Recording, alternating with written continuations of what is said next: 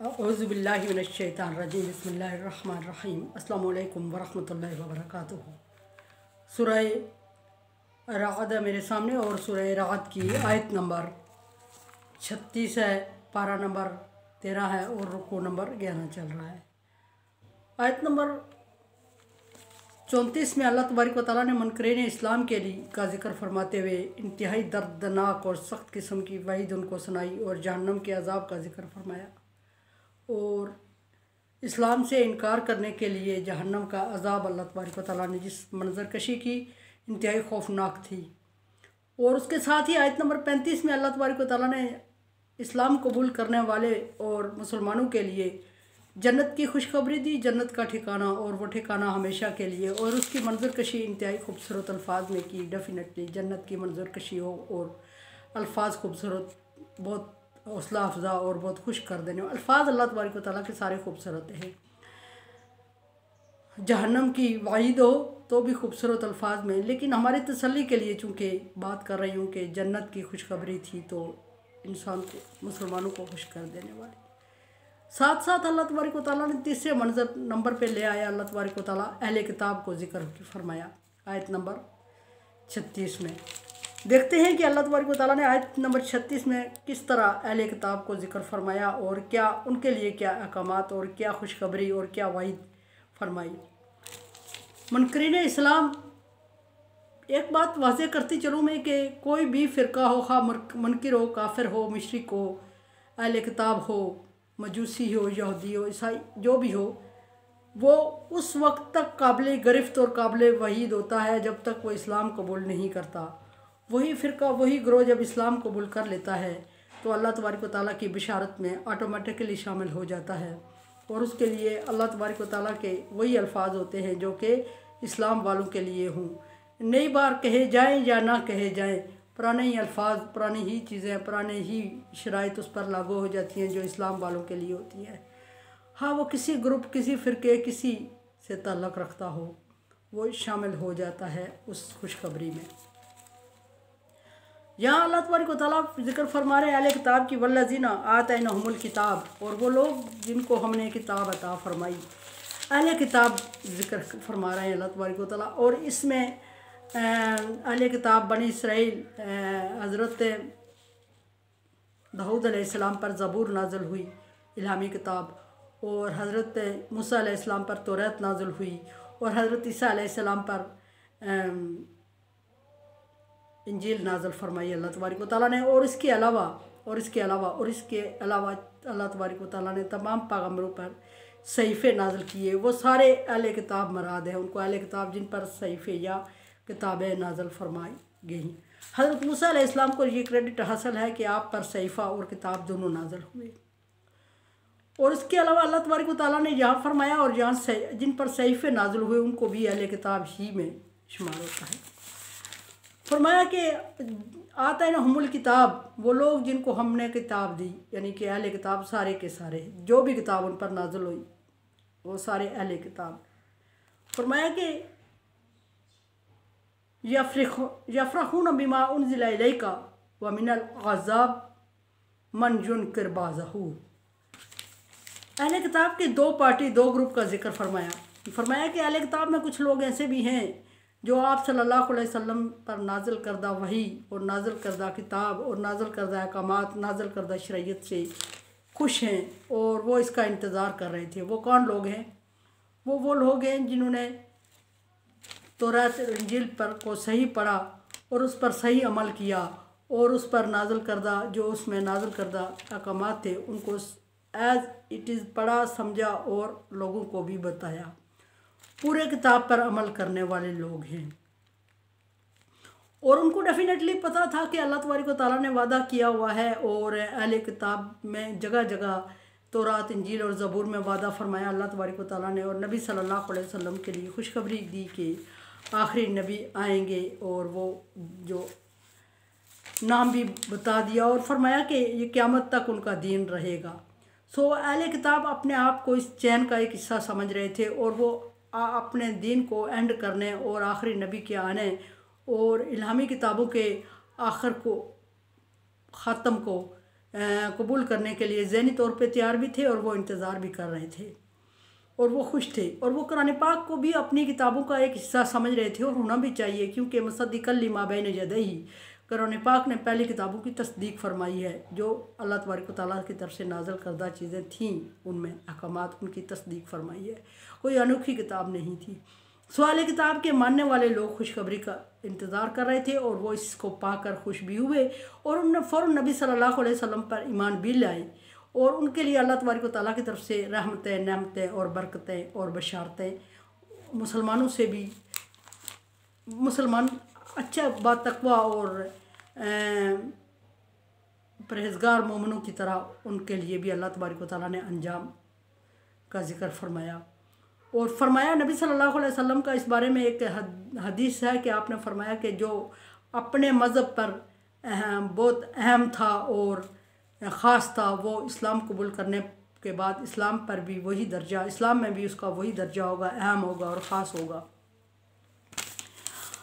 सो वो खुश हुए और उन्होंने अच्छी खुशी से शरीयत मोहम्मदिया को और मोहम्मद सल्लल्लाहु अलैहि वसल्लम को कबूल किया, इस्तकबाल किया और इल्हामी किताबों के ख़त्म पर एंड पर तसल्ली का इजहार किया।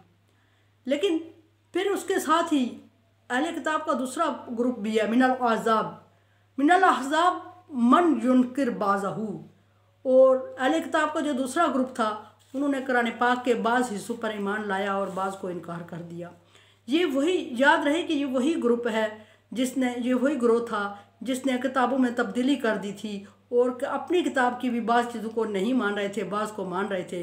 फ़र्क सिर्फ इतना था कि कुरान पाक में तब्दीली नहीं कर पा रहे थे, क्योंकि अल्लाह तबारक व तआला ने फरमा दिया नहनु नज़्ज़लना ज़िक्र व नहनु लहु हाफ़िज़ून, हमने कुरान पाक को उतारा, हम इसकी हिफाजत करेंगे।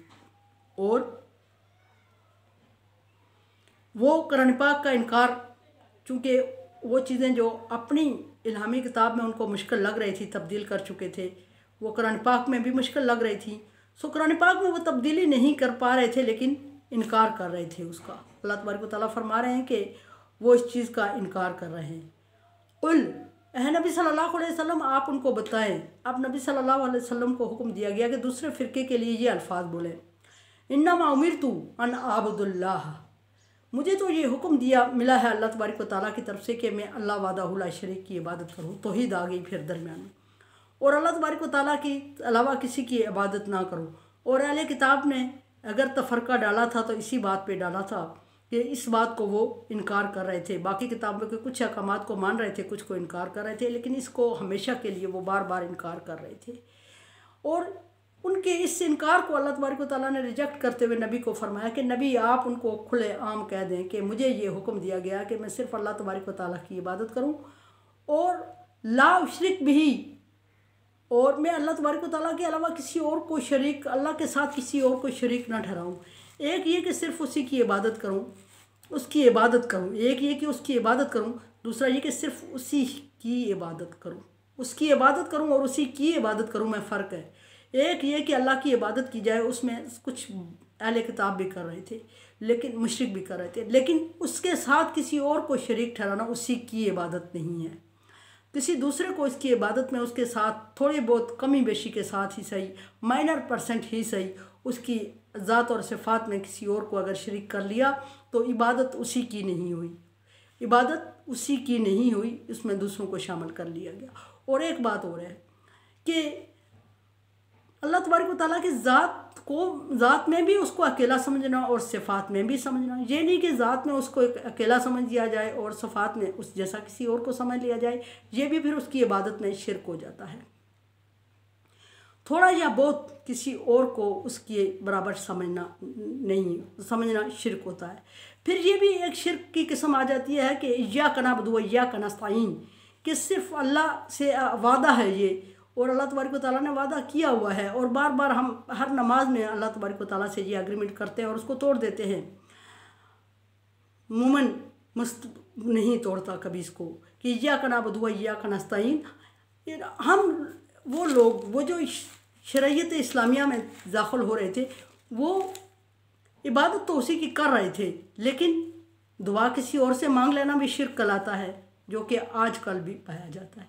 सो मांगना भी उसी से है और इबादत सजदा भी उसी को करना है, और सजदे के लायक भी उसी को समझना है और देने के लायक भी उसी को समझना है।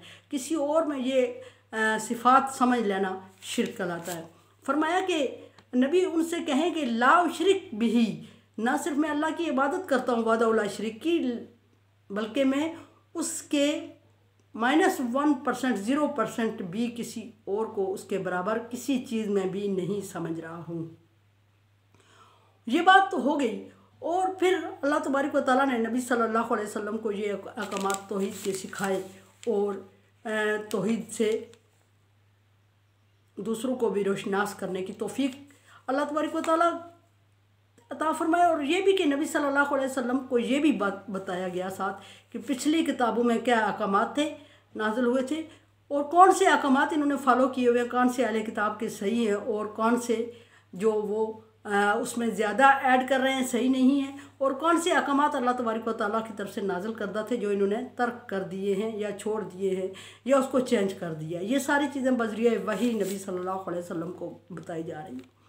और तीसरी चीज़ ये फरमाई नबी सल्लल्लाहु अलैहि वसल्लम से फरमाया कि ये उनसे कहें कि